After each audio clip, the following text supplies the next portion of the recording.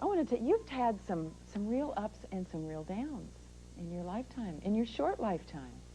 And you've managed to survive them very well. But you left town at, what was it, 1978? Mm-hmm. You left town, and there'd been a string of some movies that didn't get good reviews, and... One of them was with you. Do we have to bring that up? Yes, 1978. But you know, I did that film with you, television movie, and then right after that I did another feature with Angela Lansbury and Elliot Gould called The Lady Vanishes. And that's when I moved back to Memphis to have my baby. But both of those films were in the can. I had no idea that neither one of them would be successful. I really went back to Memphis. I wasn't running with like a dog with my leg between, you know what I'm trying to say, leg between my legs, leg between my tail. I wasn't running like a dog with a tail between my legs at all. I felt like I was on the top of the world. I felt that I'd done the television movie, first television movie I'd ever done, and a feature which I had hopes for. And I was pregnant, and I wanted to be with my family during the pregnancy. I'm so glad you're clearing this up, because this is one of those other misconceptions. I mean, all of the press was writing that, you know, that Cybill went back home and is giving up Hollywood. Well, it's very strange, because I've told people the truth, but it doesn't fit in with the fantasy. I think those people are making a living that do those papers. They're trying to make a living like everybody else, and they're living, the way they can make a living is to get sensationalistic material. Whether or not it's true, you know.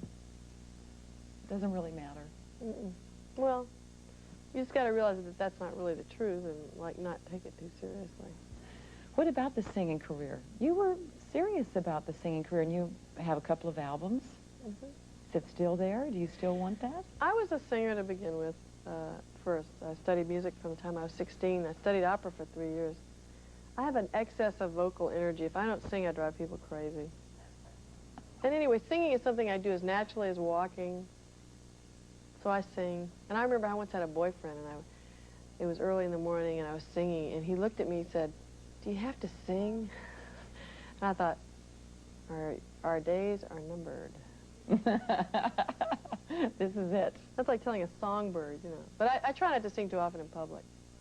It embarrasses people. Why did you choose to do a film now that you've got 2 very small babies and all the responsibilities at home? I just don't believe in not doing something that was really a great opportunity because of my children. I mean, I think that would set me up for a situation where I might resent them, which is not a good thing.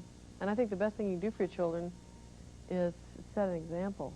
You know, it's easy, and I tend to do it with my 9-year-old, to lecture and get into that, you know. Now, you know, when you do this and that and then, and I can just see her go, turn right off.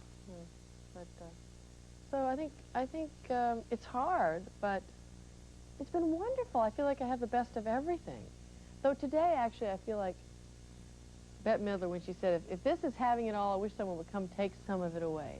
I thought that was the greatest quote, because there are those days like today when I just feel like, how do I do it, you know, work and be a full-time, have a full-time job, 2 24-hour jobs.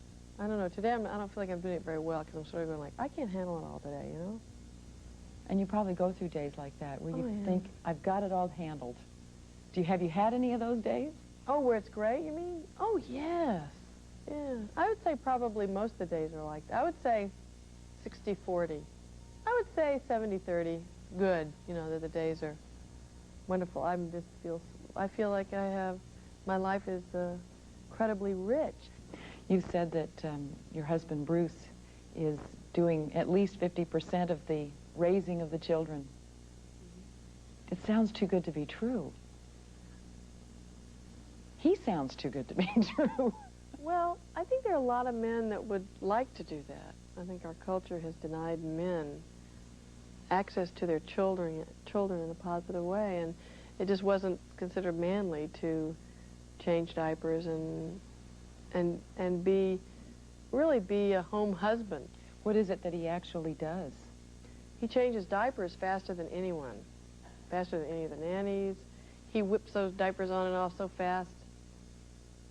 Record time. Tell me about the twins. Are you seeing a personality with each one of them? From birth I did. Really? From the minute they emerged from the womb. My daughter was first, Ariel, and she came out like a spider monkey. Really? reaching out, so alert, it was frightening. The doctor said he'd never seen such an alert child, and he just went taken aback. And she breathed right away. And Zachy came out, he was just a little more laid back, and he breathed right away too, but he was just, yeah, okay, that's interesting. So they have very different personalities. They walk different, they talk different. They're not identical in any way.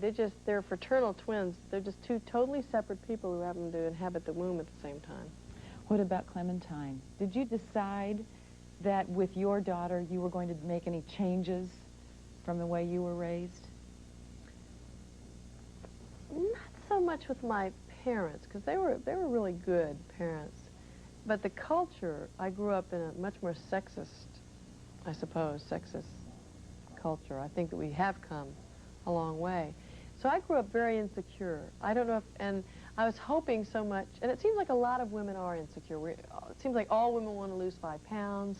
You know, we're not happy with our bodies. But anyway, the one thing I wanted for my daughter was that she had more confidence than I did. I never believed I could really do anything. You know, they talk about the mystique of the Southern woman and how the Southern women have it absolutely knocked. They know how to handle life. Would you say that's true? I don't know if Southern women are better off, but I just know that my grandmother was really instilled in me a sense that, you know, I had to stay who I was. You know, don't forget who you are. You know, you're the same person inside, always. And she always said, stay in the middle of the road, never go too far to the right or too far to the left. And what else? Stay pure vanilla. That was it. What's that mean? Plain and simple. Mm-hmm. And that's really, you know, I'm sort of plain and simple. I'm sort of the girl next door, really.